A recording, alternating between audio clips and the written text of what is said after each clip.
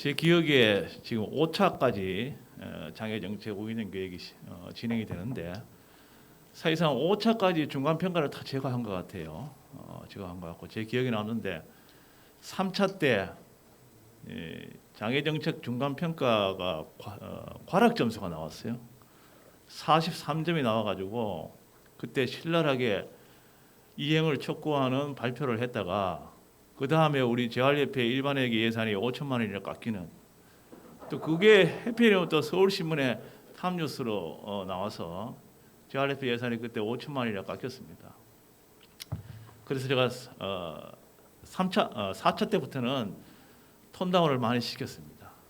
그리고 오늘은 정말 증거 기반 우리가 사전에 정책 평가를 했으니까 증거 기반 이외에는 제가 오늘 발표할 때 이야기를 하지 말아야 되겠다라고 생각을 하고 오늘 왔는데 오늘 우리 의원님들이 말씀하시는 거 보니까 제가 오늘 하고 싶은 그 얘기를 해도 괜찮을 것 같아요.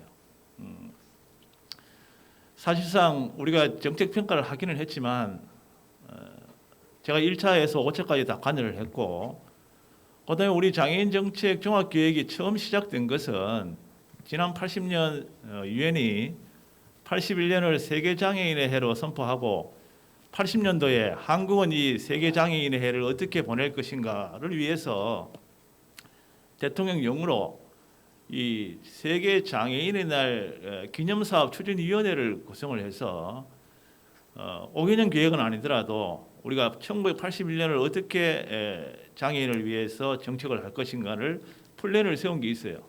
그게 우리 대한민국의 첫 번째 장애인 정책의 마스터 플랜이라고 볼 수 있습니다. 그리고 지난 1988년도 장애자 올림픽을 유치하고 86년도부터 장애어거리 문제 연구소를 중심으로 이 소위 연대를 구축해서 이 장애인의 정책 문제를 해결하기 위한 노력을 합니다. 그 성과로 88년도에 우리 천명기 보건복지부 장관이 계실 때 장애자 복지 대책위원회가 구성이 되고 그 대책위원회에서 11개 아젠다의 마스터 플랜이 만들어집니다. 그게 두 번째 장애정책 종합계획이고 우리가 지금 얘기하는 이 5차는 그 이후에 김영삼 정부 때 시작한 정책 종합계획입니다. 그래서 봤을 때 지금까지 우리가 7차례 장애와 관련된 정책 마스터 플랜이 만들어졌는데 제가 늘 함께하면서 우리 장애인의 삶에 가장 영향을 준 마스터 플랜은 도대체 몇 차냐라고 이렇게 본다면 이거는 뭐 정말 그 증거 기반이 있는 건 아니에요. 그냥 전문가로서 직관이라고 볼 수 있는데 저는 81년도 세계 장애인의 해를 위한 대통령령으로 구축해서 만든 마스터 플랜이 저는 가장 큰 영향력을 줬다고 생각합니다. 그것 때문에 심신장애자 복지법이 만들어지고 물론 90년도에 고용촉진 등에 관한 법률이 만들어지긴 했지만 그때 이미 그 계획에 고용촉진 등에 관한 법률이 만들어졌어요. 그리고 장애인의 날을 비롯해서 그 위에 만들어진 대다수의 마스터 플랜이 사실상 81년 세계장애인 날 기념 정책 안에 들어가 있었습니다. 그래서 지금 본다면 그 정책 계획이 가장 우리 대한민국의 장애인의 삶을 변화시킨 일종의 정책의 원동력이 아니었느냐라는 생각이 들어요. 자, 1차부터 5차까지 봤을 때 그냥 제가 증거 기반으로 봤을 때는 정책종합계획이 해를 넘어갈수록 뭔가 장애인의 삶의 변화를 주기 위한 노력을 많이 하는 것은 분명한 것 같습니다. 일단 데이터상으로는 그렇게 나옵니다. 그렇게 나오는데 물론 이따 결과에서 말씀드리겠지만 이게 이제 정책의 질이 문제가 됩니다. 자, 우리가 당초에 계획했던 것이 계획이 잘 됐든 못 됐든 일단 정부가 이걸 이행하려고 하는 노력은 굉장히 한다. 근데 그 정책의 질은 사실 계획에서 담보돼야 되는데 이 질은 5차까지 넘어오는 소위 히스토리에 비해서 질은 아직 담보하고 있지 못하는 결과가 아니겠느냐. 우리 데이터상으로 봤을 때 자, 양적 5개년 동안에 우리가 했던 목표 대비 성과 그 목표를 전문가들이 그 목표 성과를 기준으로 해서 측정한 질적 수준, 그 다음에 우리 이용자인 장애인의 만족도 뭐 이렇게 평가했을 때 결국 소위 목표 대비 성과와 이용자의 만족도의 결과는 굉장히 상이합니다. 상반된 결과를 나타내고 있다는 얘기예요. 그럼 이건 무슨 얘기냐 하면 목표 대비 성과를 추진하기 위한 정부의 노력은 분명히 있는데 정말 이용자의 감수성, 장애 당사자의 감수성을 반영하고 있지 못한 이런 정책들이 계획 대비 목표를 달성하기 위해서 그냥 추진되고 있지 않느냐라는 그런 결과가 도출되는데 어쨌든 5차까지 본다면 우리가 데이터만으로 봤을 때는 이행 성과가 있는 그런 중간 평가 결과가 아니겠느냐라는 생각이 들고 뭐 하나하나 보면서 이면적으로 여러 가지 문제점도 등장이 됩니다.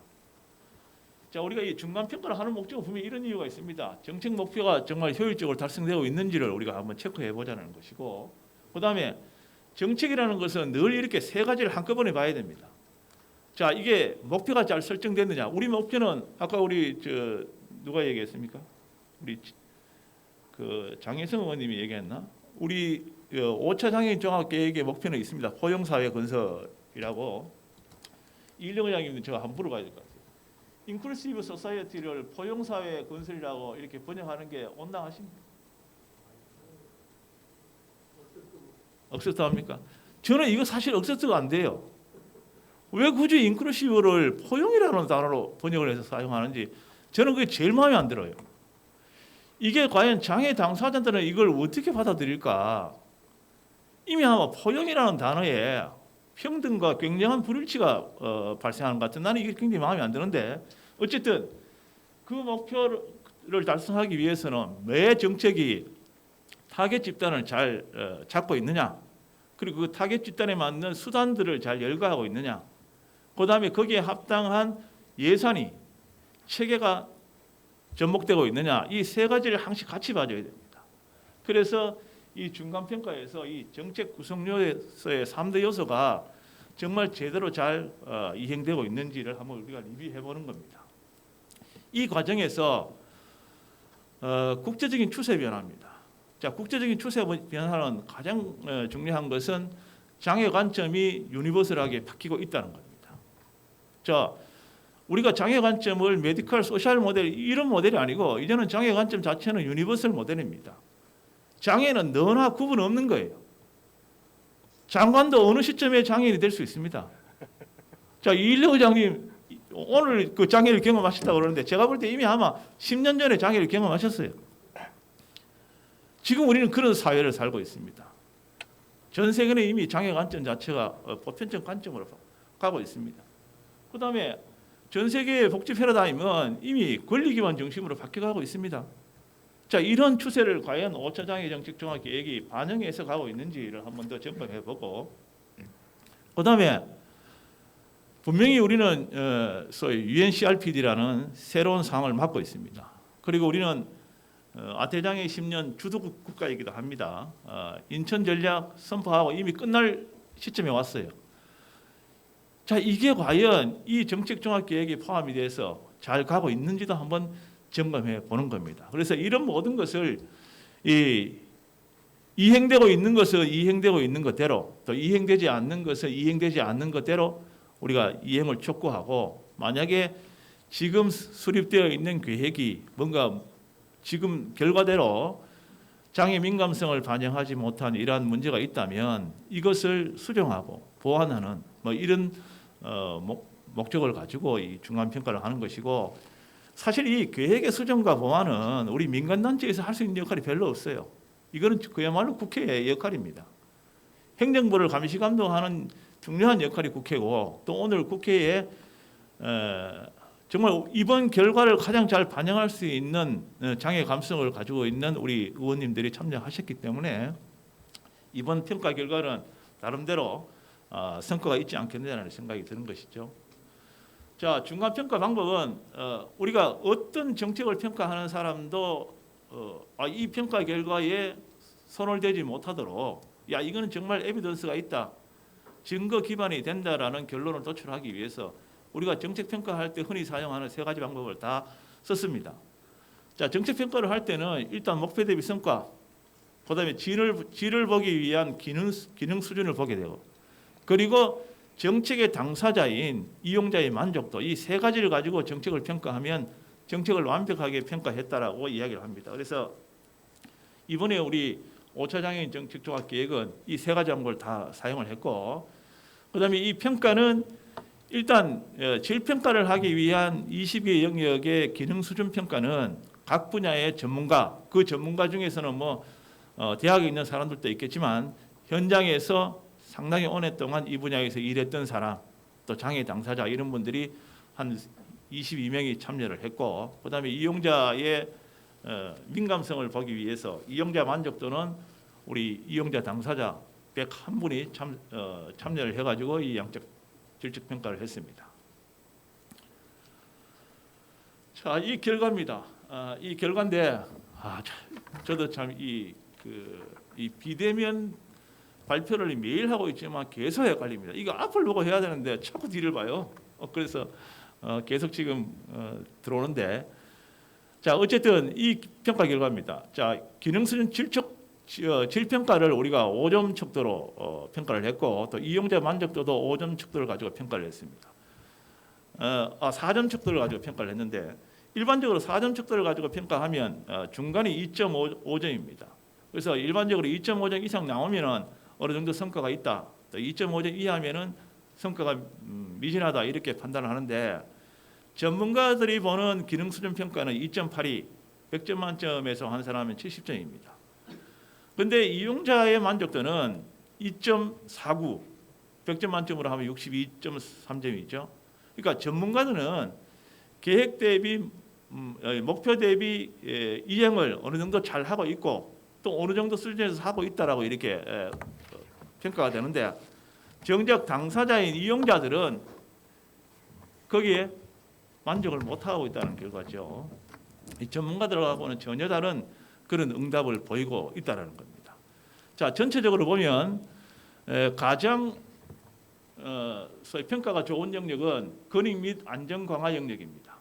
근익 및 안전 강화 영역인데 전문가들이 3.13, 이용자들이 2.56. 자, 두 집단 다 결과에 편차는 있지만 두 집단 다 모두 5차 5개정 계획에서 가장 이행 성과가 목표 대비 성과나 질적으로 좋다라고 평가한 것은 근익 및 안전 강화 영역입니다. 이 얘기는 무슨 얘기냐? 목표도 잘 이행했지만, 자, 이 정책 당사자 입장에서 봤을 때, 이 부분은 그나마 5차 5개년 계획에 어느 정도 성과가 우리도 체감한다라는 것을 나타내고 있다는 겁니다. 그런데 다른 영역들은 굉장히 지금 언밸런스합니다. 복지건강 지원체계, 자, 전문가 집단은 중간 이상으로 응답을 하고 있습니다. 그런데 이용자 당사자는 2.38, 굉장히 만족도가 낮게 나타나고 있죠. 그다음에 우리 경제적 자립 기반 강화 보시면 전문가들은 평균 이상 응답하고 있습니다. 수준이 있다라고 응답하고 있는데, 이용자 집단은 2.30, 대단히 불만족하다라는 거죠. 자, 이게 69개 소위 세부 실행적 수단을 보면 더 우리가 느낌을 알 수 있는데, 자, 복지건강지원체계 개편을 보면 여기에서 앞부분이 전문가 집단이고 뒷부분이 이제 이용자 집단입니다. 앞부분 전문가 집단이 1.5 내지 2점으로 소위 평가가 된 영역은 거의 이행을 안 했거나, 2점 같은 경우에는 이행을 했다 하더라도 질적 수준을 담보할 수 없는 그런 내용들입니다. 그래서 보면 소위 장애인 권리 보장법 제정이라든지 이 장애 판정 제도 개선 뭐 이런 부분들은 실제로 이행되고 있거나 이행되지 않는 부분이고 굉장히 문제가 있다라고 응답하고 있고, 장애 등급제 폐지 및 맞춤형 종합지원체계 구축 보면 전문가들이 3.5라는 것은 이건 목표 대비 이행을 했다라는 거예요. 근데 좀 질적으로 문제가 있다라고 보는데, 이용자 집단 같은 경우는 2.15예요. 굉장히 불만족한 거예요. 정부가 계획을 해서 이행을 했는데 전혀 이용자 집단이 동의하지 못하는 소위 정책 이행이 이루어지고 있다라는 그 응답이 되어지는 것이죠. 그래서 소위 복지건강지원체계 개편에서 본다면 장애 등급제 폐지 및 맞춤형 종합지원체계 구축 이 부분, 그리고 이 영역에서는 로봇을 활용한 장애인 돌봄 서비스 도입, 뭐 이런 경우는 전문가 집단이나 이용자 집단 모두 문제가 있는 정책이라고 소위 평가되고 있습니다. 그리고 마지막에 우리 장애인 건강 수준 향상을 위한 기반 마련에서도 보면 지역사회 장애인 건강보건관리 지원체계 구축 보면 자 전문가들은 3.7로 굉장히 높게 나옵니다. 근데 당사자의 이용자들은 지역사회에서 나의 건강 문제, 우리 이일정 의장님 얘기하신 거 똑같아요. 대한민국 의료 수준 굉장히 높은데 정말 한 지역을 넘어가면 의료 보건 체계 자체가 없다는 얘기예요.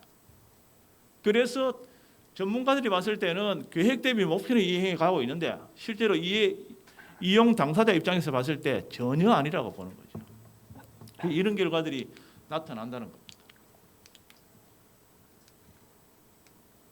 경제적 자립 기반 강화 한번 보시면 자 국민기초생활보장제도의 장애인 소득공제 방식 개선, 자 전문가 집단이 1점으로 응답했습니다. 이건 전혀 이행을 하지 않았다는 얘기예요.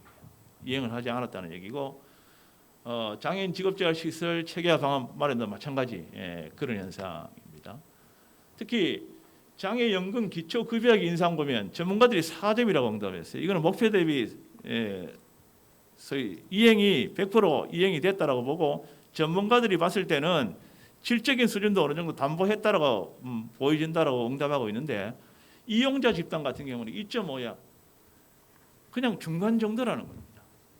계획 대비 목표는 이행했는데 실제로 장애 당사자가 느끼는 정책에 대한 체감도는 결과에 담보할 수 없는 그런 결과를 나타내고 있더라는 얘기입니다.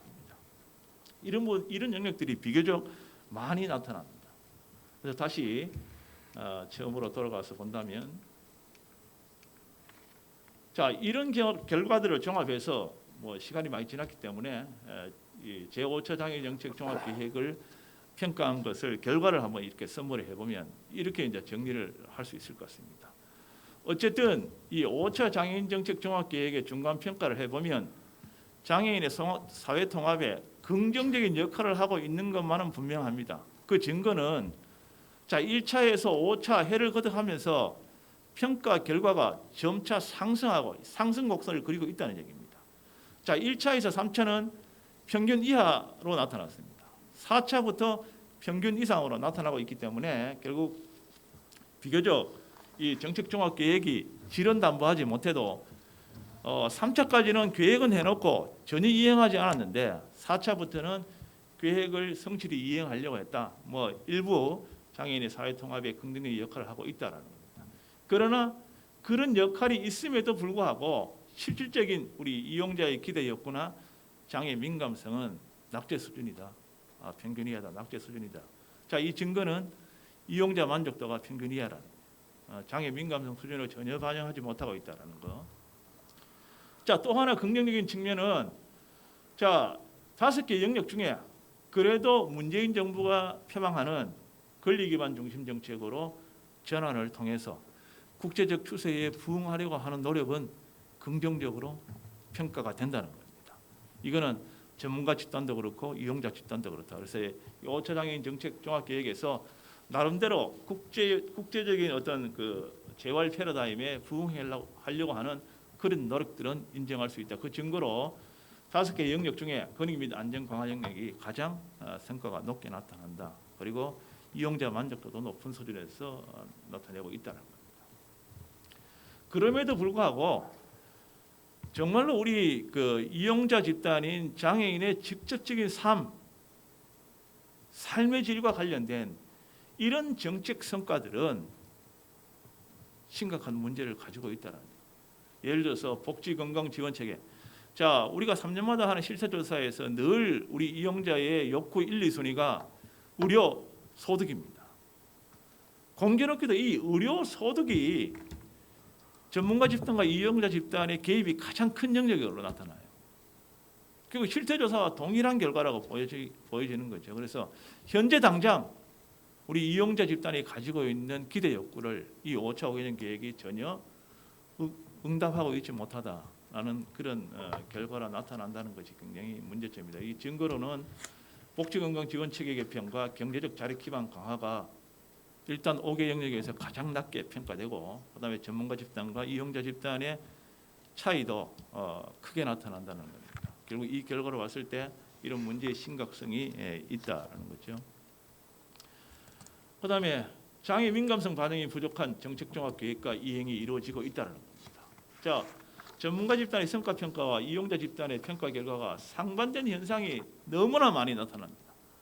제가 볼 때 두 번째 나오는 장애 민감성을 상당 부분 반영한 긍정적인 정책 몇 개, 요 예를 제외하고는 전부 다 전문가 집단과 이용자 집단의 결과가 상반돼 있어요.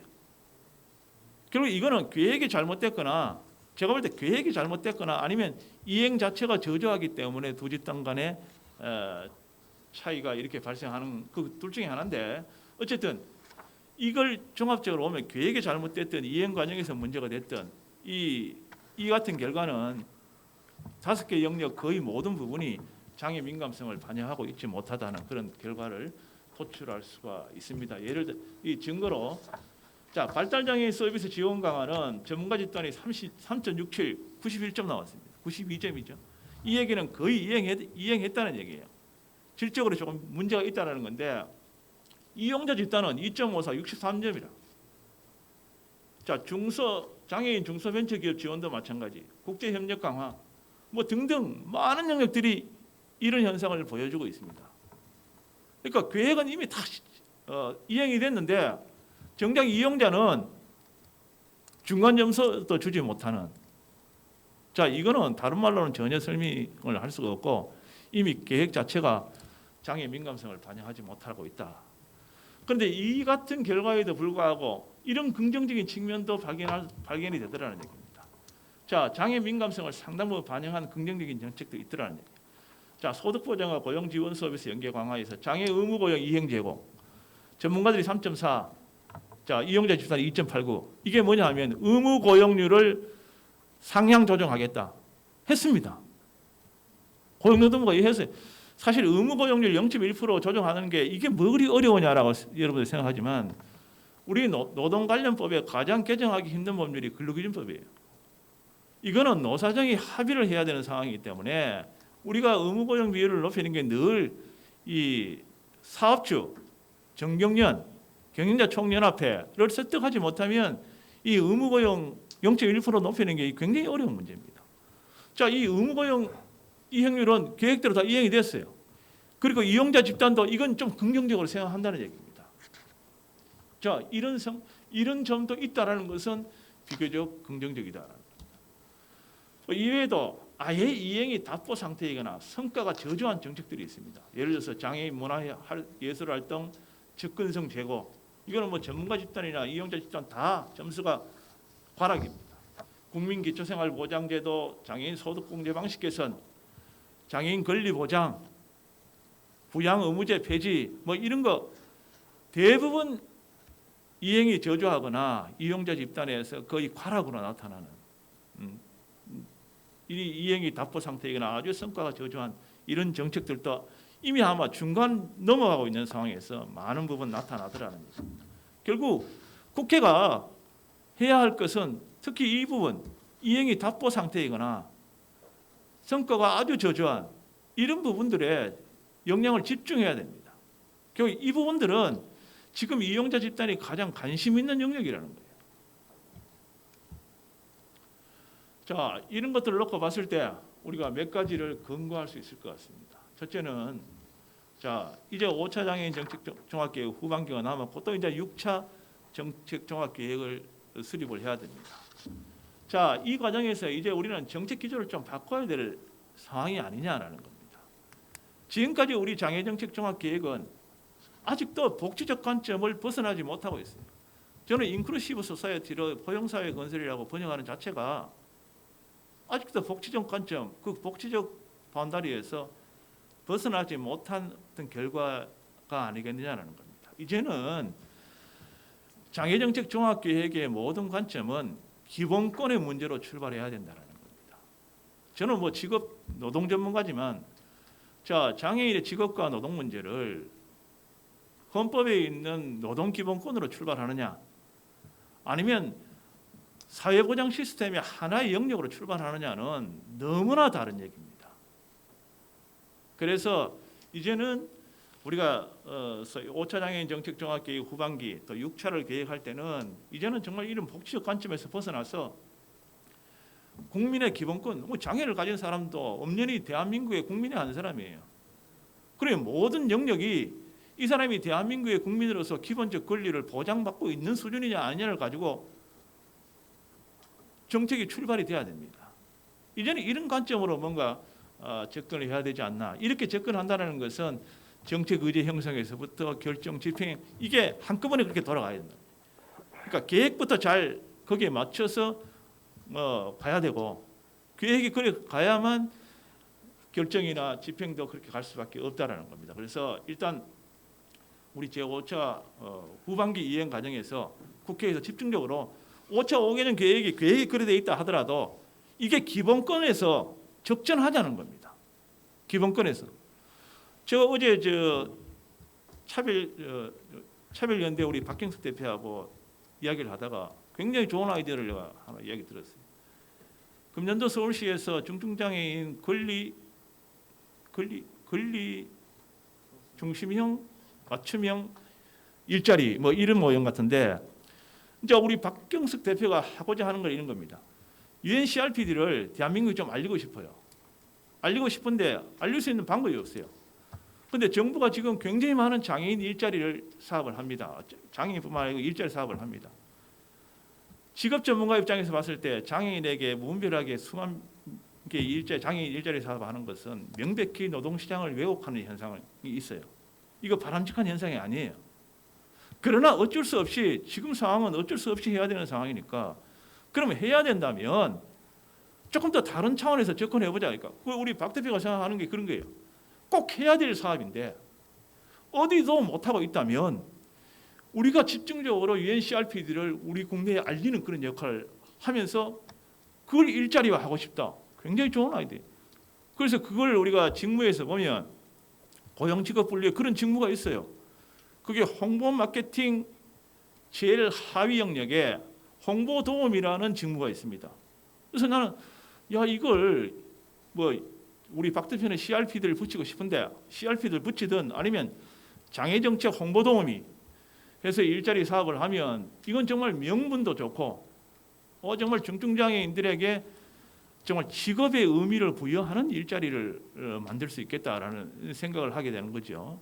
그래서 어쨌든 이런 후반기 이행 과정에서 이런 기본권 차원에서 뭔가 문제를 해결할 수 있는 이런 이행들을 국회에서 노력해 주면 어떻겠냐라는 생각이 들고 그다음에 이제는 이런 장애 정책을 수립할 때 장애 민감성을 반영할 수 있는 인력풀과 구조가 필요하다는 거예요.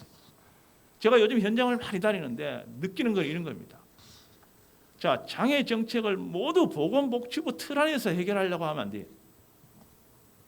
자, 우리가 90년도에 고용촉진법 만들 때 이거 복지부 내에 둘까 노동부 내에 둘까 굉장히 많은 논란이 있었습니다. 여러분들 잘 아시다시피 90년 전에 이 장애인 취업 고용 업무를 어디서 했습니까? 복지부에서 했고 우리 재활협회가 했어요. 그때 우리 재활협회가 복지부에 두고 우리가 공단으로 전환할 수 있습니다. 그런데 넓게 보고 노동 문제는 노동이다. 그래서 노동부가 그 업무를 하게 됐고 결국 노동부가 많은 시행착오를 겪었지만 어쨌든 자리 잡아가고 있습니다. 자, 고용노동부 공무원이 장애인 정책 종합계획 마련하는데 참여하고 또 장애 당사자와 대화를 하고 많은 전문가들과 이야기를 하니까 점차적으로 정책 마인드가 바뀌어가는 거예요. 자, 장애 정책 종합계획이 뭔가 장애 민감성을 반영하려면 복지 전문가 위주 테두리에서 벗어나야 돼요. 이제는 다양한 분야의 전문 인력과 정책 부서의 인력들이 파트너가 돼야 됩니다. 요즘 여러분들 컨버전스라고 얘기하는 그 자체가 어느 한 분야에 집중해서 그 사람들하고 이야기하면 그 틀에 빠질 수밖에 없어요. 더더구나 우리의 삶이 정말 인클루시브하다면 이미 정책을 개혁하는 그 단계에서부터 이런 다양한 인력풀이 참여해서 우리가 그 사람들을 참여하는 과정에서 설득할 수가 있습니다. 저는 지금까지 기억에서 아주 기억에 남는 사례가 있어요. 우리가 97년도에 장애인 편의 증진 시행규칙을 개정하기 전에 94년에 미국에서 갓 유학하고 돌아온 명지대학의 교수님이 계셨어요. 지금 그분 서울대학에 계신데 건축공학과의 최모라는 교수님이십니다. 장애와 관련된 편의시설 얘기하는데 이분이 우리보다 더 잘 알아요. 건축학과 교수인데. 그래서 제가 그 이유를 물어봤어요. 이분이 미국에서 공부할 때 자기가 건축을 공부하지만 반은 장애와 관련된 과목을 들었다는 거예요. 왜 그러셨냐? 내가 장애인 편의시설 하기 위해서는 이 장애 민감성 부분을 내가 모르고서는 건축을 할 수가 없겠더라는 얘기예요. 그래서 제가 그분의 이야기를 아직도 제가 기억을 하고 있어요. 그래서 그분이 97년도 장애인 편의시설 가이드라인 만들 때 많은 기여도 하셨죠. 자, 지금 와서 보니 우리 장애인 정책종합계획의 가장 미스테이크한 게 그런 부분이에요. 너무 복지 전문가 위주로. 근데 그런 다양한 인력에 정책하시는 분들이나 전문가들이 참여하면 장애 당사자들이 그냥 흘러가는 얘기도 뭔가 이게 연결될 수가 있습니다. 제가 학교에서 일을 하다 보면 우리 공대나 IT 교수들하고 이런 얘기를 하다 보면 그 사람들은 이런 얘기를 들으면 야, 그거 간단해. 야, 이거 얼마든지 할 수 있는 거야. 이게 여러분 컨버전스예요. 그래서 이미 장애 민감성 반영과 인력 풀을 좀 새롭게 하는 이런 것들이 좀 준비돼야 되겠다라는 생각이 들고, 그다음에 이제 2년밖에 안 남았어요. 장애 정책 5개년 계획을 전부 다 한다는 것은 제가 볼 때 이제는 불가능한 일이고 정말 이제는 우선순위를 정해야 된다. 아까 얘기한 이행되지 않는 지금 정책종합계획에 남아있는 것들은 대부분 이런 것들입니다. 우리 장애 당사자들은 굉장히 원하는데 이게 정책을 집행하는데 이행하는데 굉장히 까다로워. 관련 부처가 많이 얽혀져 있고 이런 문제들이 있어요. 그래서 차일피일 미루는 정책들입니다. 이제는 제가 볼 때 국회에서 이런 몇 개 정책, 아까 얘기한 등급제, 소득공제 방식 개선, 부양 의무제 뭐 이런 것들 몇 개를 딱 타겟팅화해서 국회에서 지속적으로 국정감사하고 태스크포스 꾸려서 계속적으로 소위 정책 활동을 해가면 이게 뭔가 분명히 2년 안에 성과를 거둘 수 있지 않겠나라는 생각이 들어서 우선 순위를 설정하고 이걸 계속적으로 민간단체와 함께 피드백하는 이런 노력들을 좀 할 필요가 있겠다라는 생각이 드는 것이죠. 그래서 이런 과정을 통해서 우리가 조금 노력을 하면 그나마 남은 2년 동안 우리 5차 5개년 계획이 그동안의 4차와는 조금 다른 새로운 결과를 나타내지 않겠나라는 이런 중간 평가를 통해서 재현할 수 있는 그런 공부들인 것 같습니다. 수고하셨습니다.